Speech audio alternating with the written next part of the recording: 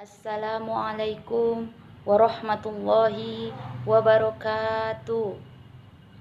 Alhamdulillahillazi binikmatil imani wal islam wa nusalli wa nusallim ala an'ami sayyidina Muhammadin wa ala alihi wa sahbihi azmain. Amma ba'du. Segala puji bagi Allah yang telah memberi sebaik-baik nikmat berupa iman dan Islam. Salawat dan doa keselamatanku terlimpahkan selalu kepada Nabi Agung Muhammad SAW beserta keluarga dan para sahabat-sahabat Nabi semuanya. Hadirin yang berbahagia, berbicara mengenai demokrasi, di sini saya akan menyampaikan sedikit tausiah saya yang berjudul Demokrasi dalam Pandangan Islam. Yang mana sejarah munculnya demokrasi adalah masa kegelapan Eropa, di mana dominasi gereja dengan penguasa berkolaborasi menindas rakyat semua atas nama gereja, semua atas nama Tuhan. Maka kemudian muncullah tokoh-tokoh pemikir mereka yang sudah mulai berpikir bahwa ini ada upaya untuk memisahkan gereja dari negara, bahwa gereja adalah wilayah suci dan politik adalah wilayah kotor. Sehingga jangan bawa-bawa agama dalam urusan politik. Lantas agama hanya urusan Tuhan. Gereja adalah urusan Tuhan dan politik urusan manusia. Maka muncullah ide yang disebut dengan Vox Populi, Vox Dei. Suara rakyat itu adalah sejatinya suara Tuhan. Mengapa demikian? Karena rakyat pasti menginginkan kebaikan untuk diri mereka. Nah, fatalnya demokrasi ini diekspor ke negeri-negeri umat Islam dan umat Islam menerimanya dengan alasan demokrasi. Ini adalah mirip dengan Islam. Contoh, di dalam demokrasi ada prinsip yang disebut dengan musyawarah, dengan prinsip diskusi, dengan prinsip rembukan. Maka di dalam Islam pun sangat menjunjung tinggi yang namanya musyawarah, karena dalam demokrasi ada musyawarah, dalam Islam juga ada musyawarah. Maka mereka mengatakan demokrasi berasal dari Islam. Masya Allah. Oleh karena itu, benarkah demokrasi berasal dari Islam? Tentu mari kita kaji apa perbedaan demokrasi dalam pandangan Islam. Yang pertama, di dalam demokrasi kedaulatan di tangan rakyat, rakyatlah yang berhak mengangkat penguasa, menurunkan penguasa, dan rakyatlah yang berhak membuat undang-undang bagi penguasa untuk mengatur dirinya dalam Islam. Kedaulatan di tangan Allah, asyiadah li syar'i, bukan li syakdi, tapi li syar'i.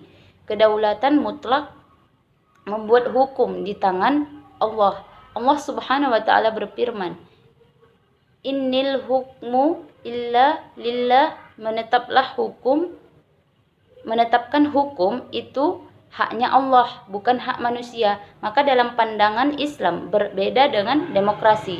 Dalam Islam, hak membuat hukum di tangan Allah. Manusia hanya menjalankan hukum-hukum yang berasal dari Allah. Sama sekali tidak dibenarkan membuat hukum untuk diri mereka sendiri. Ini perbedaan mendasar dari demokrasi dalam pandangan Islam.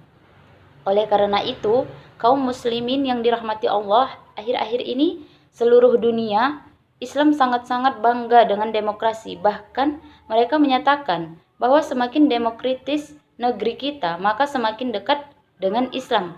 Oleh karena itu, kalau memang semakin dekat dengan Islam, pertanyaan saya adalah mengapa nggak ngambil Islamnya aja? Mengapa kita ngambil yang mirip Islam? Kenapa tidak mengambil Islamnya saja?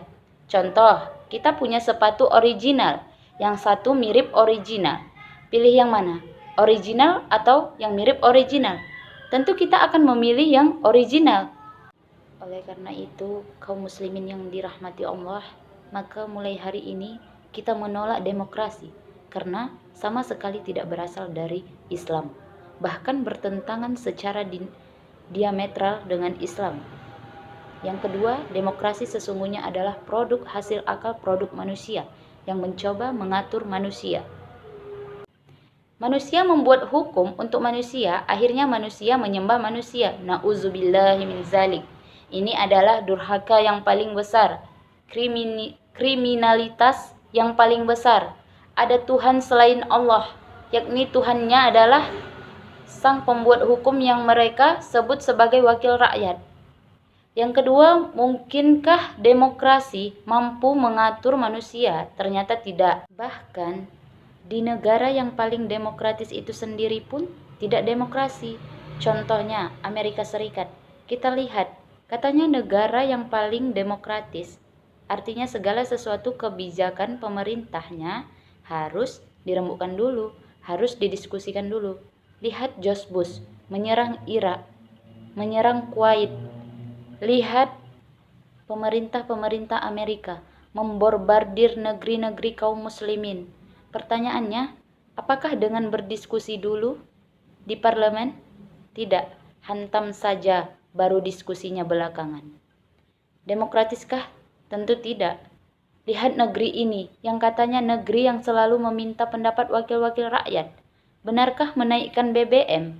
Benarkah menaikkan listrik? Selalu mengikuti pendapat Dewan Perwakilan atau MPR dengan musyawarah? Tidak. Seringkali kebijakan itu telah diputuskan baru kemudian didiskusikan.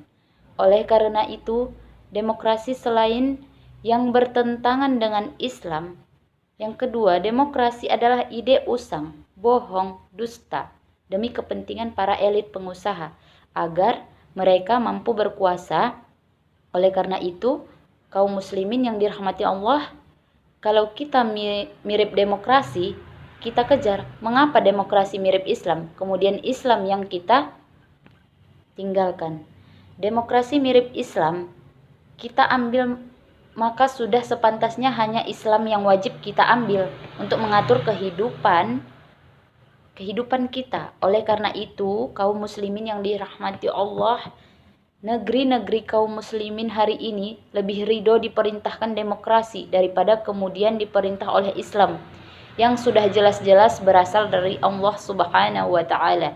Kaum muslimin yang dirahmati Allah, mari pahami fakta demokrasi, pahami fakta Islam.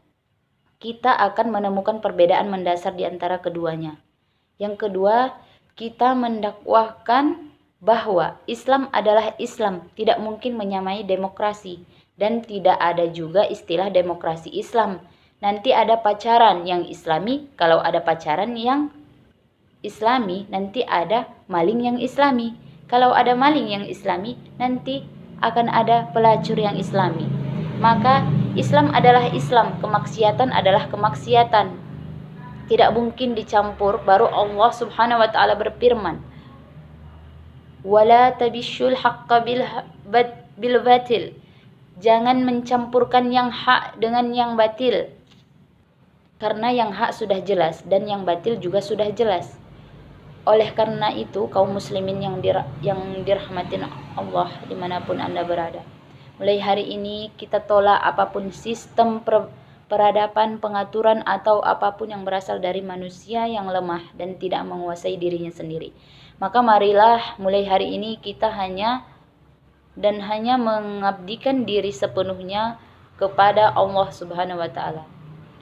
Hanya inilah yang dapat saya sampaikan, kurang dan lebih saya mohon maaf. Saya akhiri dengan wabillahi taufiq wa hidayah. Wassalamualaikum warahmatullahi wabarakatuh.